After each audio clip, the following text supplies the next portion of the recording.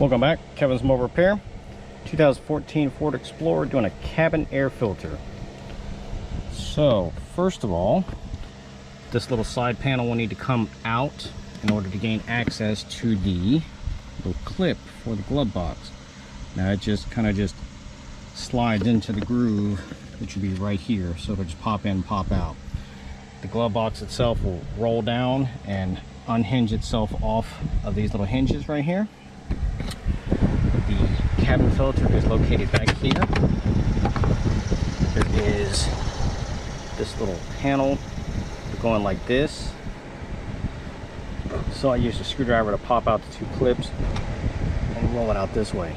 Now I'm going to use a little right angle pick in order to get this out, because you can't really get anything in there in order to get it. So pay attention to airflow direction. So this one will be, not telling, but the way that the motor is sitting in there, the air is going to be going up.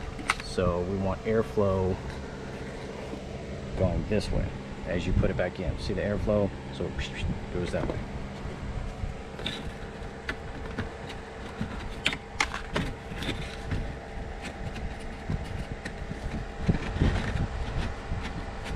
Pretty easy once you get all the crap out of the way. But that's basically it. And then the little clip going from the top. These little clips are kind of hard to get to. You can get your fingers back there, you can pop them loose, but I got a screwdriver to pop each side off in order to get it. But other than that, pretty simple. It's about a 5-minute job. Just take your time, don't break any of the plastic. Put everything else back on. This panel right here is the same way. It's just little 1, 2, 3 trim clips and it pops out. Any questions, comments, please let me know.